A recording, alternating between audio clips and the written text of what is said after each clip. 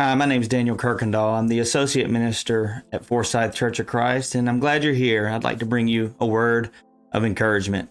So recently in one of our Sunday morning Bible classes, we had a wonderful discussion about something that the Apostle Paul said in the first chapter of Philippians. So he was in prison for teaching the gospel, and he really didn't know if he would make it out of prison alive.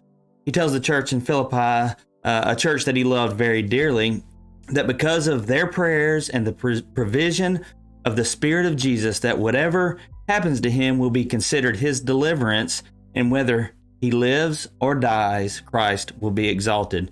See, this is an amazing perspective from a man whose life consisted of some of the most difficult circumstances that you could imagine. Some of those he brought on himself, and some were unjustly forced onto him.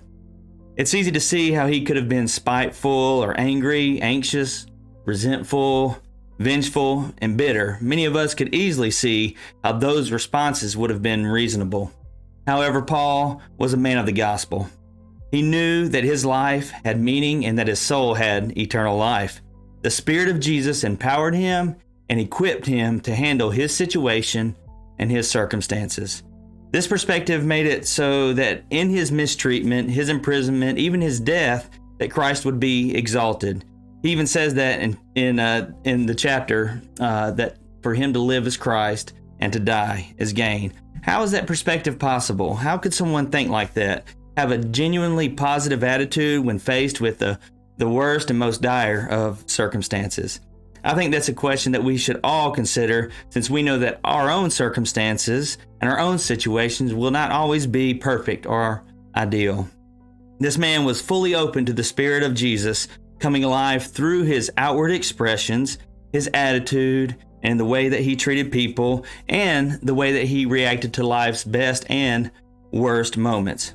He sums up the entirety of the character of a Christian in his letter to the Galatian church in chapter 5, verse 22, talking about that Spirit of Jesus Christ. He said, "The fruit of the Spirit is love, joy, peace, patience, kindness, goodness, gentleness, faithfulness, and self-control." He surrounds this verse with talk of the desires of our flesh that are contrary to the fruit of the Spirit, how easy it is to fall into impatience, anxiety, anger, resentfulness, hopelessness, distress, being spiteful, or seeking vengeance. But Paul did not give in to those evil, knee-jerk reactions to his circumstances. Instead, his outlook was one of love, joy, peace, patience, kindness, goodness, gentleness, faithfulness, and self-control. To be clear, this was not Paul's original idea. He did not come up with all of this. It was Jesus Christ living through the Apostle Paul, the Spirit of Jesus resonating through the way that Paul responded to his imprisonment and his eventual death.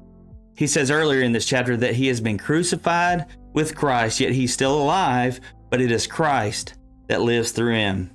Imagine the difference in our world if all of God's people could let the Spirit of Jesus Christ live in them and respond to the circumstances that we face with love and joy and peace and patience and kindness and goodness and gentleness and faithfulness and self-control.